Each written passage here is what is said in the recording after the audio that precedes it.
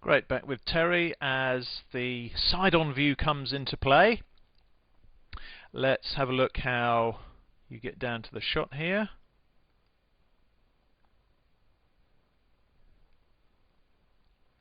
Now, first thing I've seen there is there's a little bit of adjustment on both hands as you get into position. That should be done before you get down to the shot. In other words, that should be done when you're down. Get into the correct position first time, no chances to adjust, and if there is adjustment you need to get up and stand up again and start the preparation for the shot and the setup for the shot and the getting down to the shot again. Look at the grip hand and the bridge hand, both of them adjusting on the shot. Look, grip twisting, bridge shifting. Only then does the cueing start.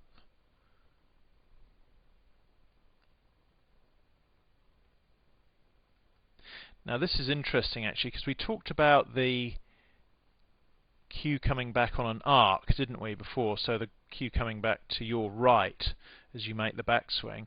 I think the chin is actually following the cue there. Looking at it from this angle, look at this. Half speed. Look at the chin moving to the right. Looks a bit like Mark Allen there a little bit. I think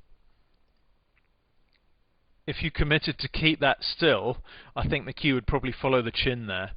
So as an example, be aware of that moving, and it would, I think, encourage the cue to move back on a straight arc, rather than the chin accommodating an imperfect backswing that comes on an arc. Let's see how the follow through is done.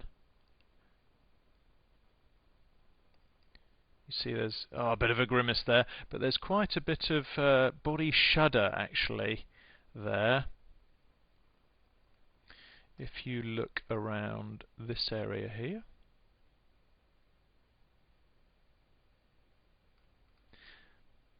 we're going quarter speed here, so it's easy to see what's going on.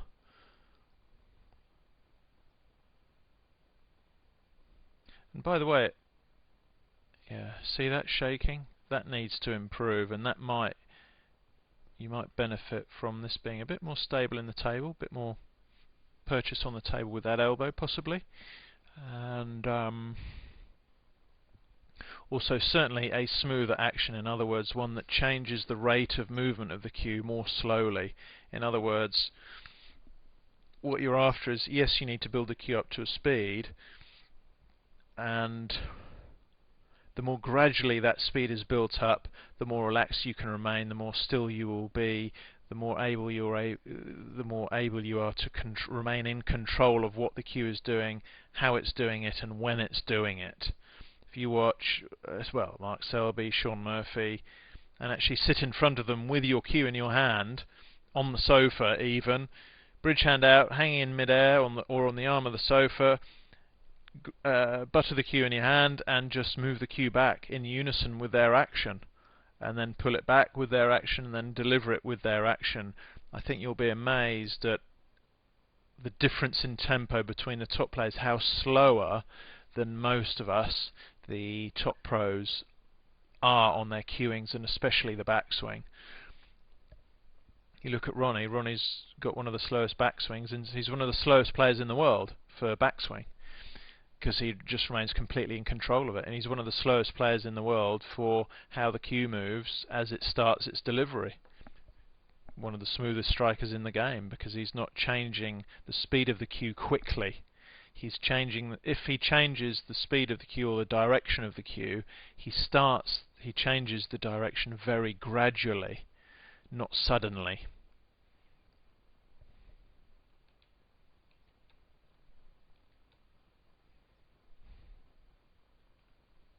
Got another one here. Is it recording? Yes, it is.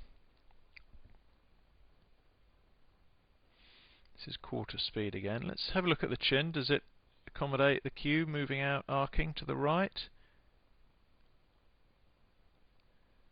Not on the cue action.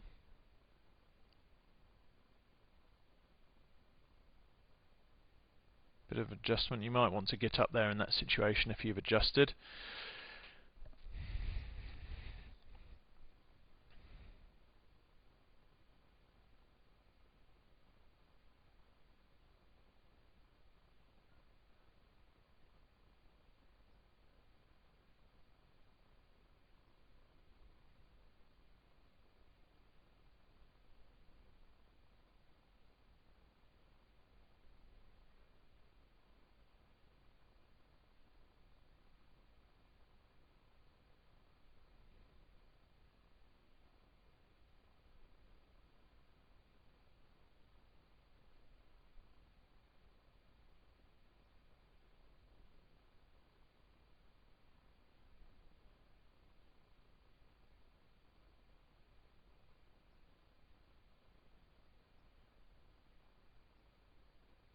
As you can see there, I think the grip has followed through into the chest, and the chest is pushing the grip hand out of the way. Well, what I would suggest is that you only allow the hand to follow through into the chest on the straight follow through position on the chest, and don't let the hand be dictated to by the chest in that way.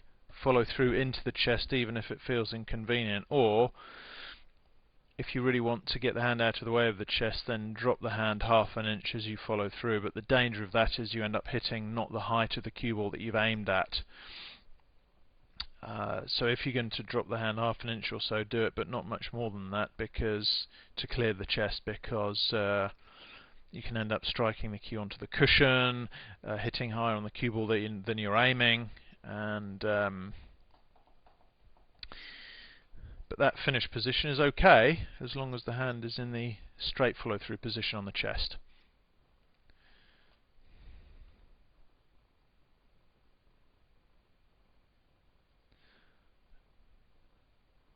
So now this guy playing a shot, Nick I think his name is.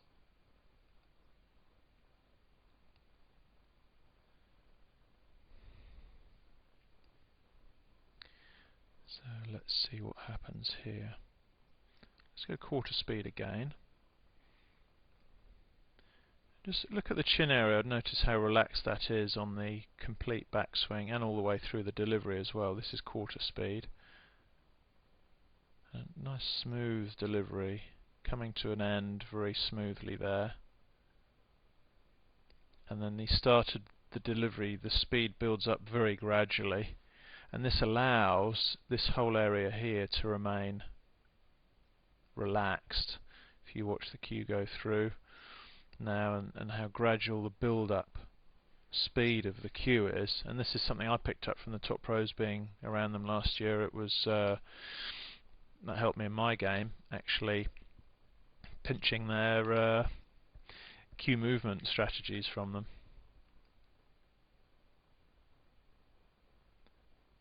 Gradual build-up of speed, face remains relaxed, shoulders remain relaxed, and if you have a rapid build-up of speed, that's when tension comes in, because you have to tense yourself to have that quick change of motion.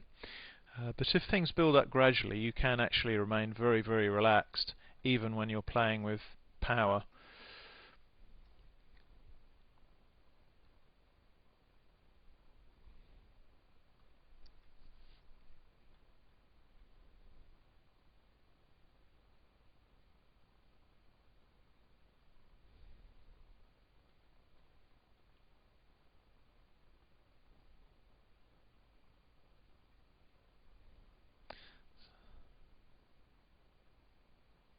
So this is moving the cue a little bit more, just to make sure it's moving in a straight line before the delivery, and that will make sure that